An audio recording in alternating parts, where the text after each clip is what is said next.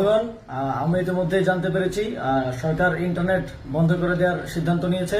আমরা আবারও শঙ্কা করছি, ইন্টারনেট ব্রডব্যান্ড সবকিছু বন্ধ করে দিয়ে আবার দেশে একটি ক্র্যাকডাউন চালানো হবে, মানুষকে হত্যা করা হবে এবং একটা হত্যাকাণ্ড চালানো হতে পারে আগের বারের মতো।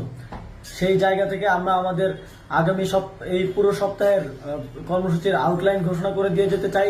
আমরা জানি না ইন্টারনেট বন্ধ হওয়ার পরে সমন্বয়কদের কি হবে, আমাদেরকে আবার তুলে নিয়ে যাবে কিনা, মেরে ফেলবে কিনা, কিংবা যে কোনো কিছু ঘটতে পারে। সেই জায়গা থেকে আমরা একটা কর্মসূচি আউটলাইন ঘোষণা করে দিয়ে যাচ্ছি।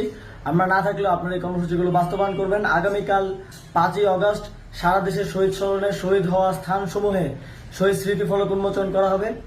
11টায় শাহবাগে শ্রমিক সমাবেশ হবে কেন্দ্রীয়ভাবে, 5টায় নারী সমাবেশ হবে শহীদ মিনারে।